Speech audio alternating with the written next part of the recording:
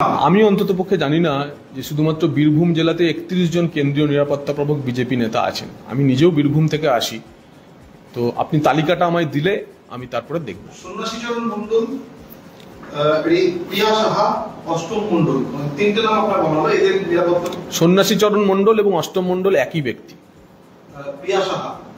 প্রিয়া সাহা বলে আমাদের কোনো নেত্রী নেই। কেন্দ্রীয় নিরাপত্তা তুলে নেওয়া হয়েছে। প্রিয়া সাহা বলে আমাদের কোনো নেত্রী নেই বীরভূমে। পিয়া বলে একজন আছেন, যিনি আমাদের লোকসভার প্রার্থী ছিলেন। দেখুন, স্বরাষ্ট্র মন্ত্রক কেন্দ্রীয় নিরাপত্তা দিয়ে থাকেন।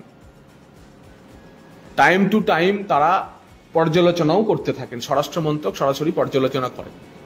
কিন্তু মুখ্যমন্ত্রী মমতা বন্দ্যোপাধ্যায়ের দ্বারা নিরাপত্তা না, হঠাৎ করে কারোর মনে হলো তুলে দিলেন, হঠাৎ করে কারোর মনে হলো কাউকে দিয়ে দিলেন।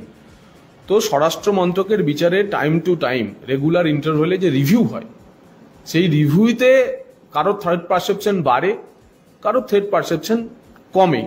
কাউকে নিরাপত্তা বাড়াতে হয়, কারোর নিরাপত্তা কমাতে হয়। সারা দেশে একই ধরনের বিষয় অনুসরণ করা হয়। এর সঙ্গে আমরা অন্ততপক্ষে আমরা রাজ্য স্তরে আমাদের এ পুরো জিনিস অজানা। আপনাদের কাছ থেকে প্রথম শুনলাম যে আমাদের কারো কারো নাকি নিরাপত্তা প্রত্যাহার করা হয়েছে। আমরা জানি না, আমরা নিশ্চিতভাবে পুরোটা জানলে পরে নিশ্চিতভাবে খোঁজ নেব, কিন্তু সম্পূর্ণভাবে এটা কেন্দ্রীয় স্বরাষ্ট্র মন্ত্রকের বিষয়।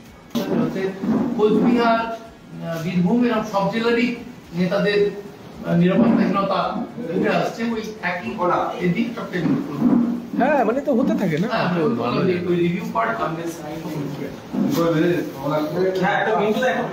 আমার মনে হচ্ছে